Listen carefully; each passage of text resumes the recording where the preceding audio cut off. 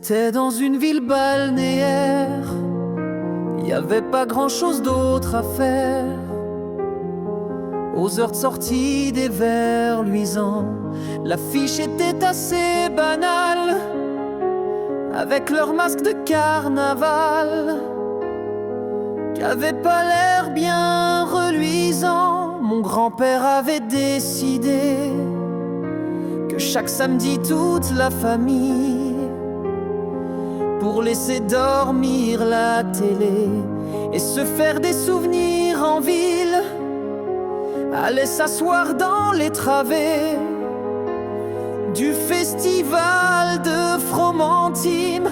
Fallait les voir, écartelés au projecteur. Fallait les voir, écarquiller leurs spectateurs. Il y avait des soirs, on se serait cru comme à Broadway. Le gymnase devenait tout à coup leur cabaret. Fallait les voir dans leurs éclats d'adolescence. Fallait les voir se sublimer par leurs outrances. Et certains soirs, hypnotisés par leur prestance, on serait resté hagard jusqu'au bout des vacances. Regards ajustés, yeux frivoles, et traînant leur jeunesse au col, ils s'élançaient sur les tréteaux. Encore en t-shirt à moins le quart, on les retrouvait en costard 5 minutes après sur le plateau. Maquillés de stress et de strass, leurs échauffements de voix en terrasse, c'étaient nos vedettes éphémères. La brune, elle est avec le fils. J'ai surpris un regard complice après la scène de la belle-mère. Fallait les voir tremper la chemise pour quelques sous. Fallait les voir vivre sans vie pendant le mois d'août. C'était l'histoire d'une bande de copains sans pareil qui nous donnait dans le noir de si grands coups de soleil. Fallait les voir marcher là-haut en funambule. Fallait les voir se rattraper à la virgule. J'ai peine à croire qu'aucun n'ait percé depuis ce temps-là, qu'Ocatrix aurait sûrement pas laissé ça là.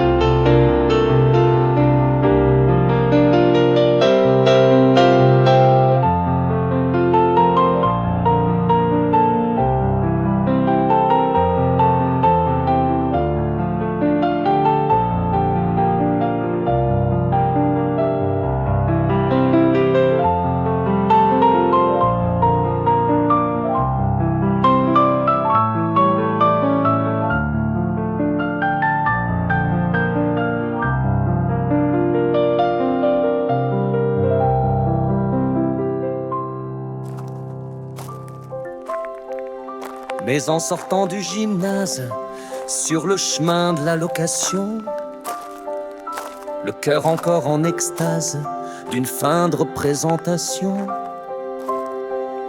les côtes comme dans un pressoir, d'avoir ri pendant 2 heures. J'en avais gros sur la poire de n'être qu'un spectateur. J'étais sans armes, le cœur et les yeux transpercés. J'avais ces larmes qui dévalaient sur l'oreiller, des bleus dans l'âme, et ce chagrin au désespoir d'être né trop loin, d'être né trop tard.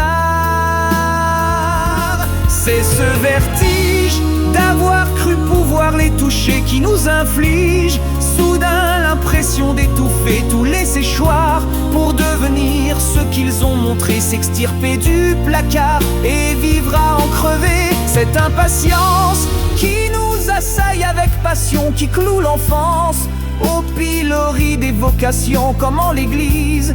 Cette voix d'en haut qui nous appelle sous son emprise s'appelait Patrick Laurent Martel.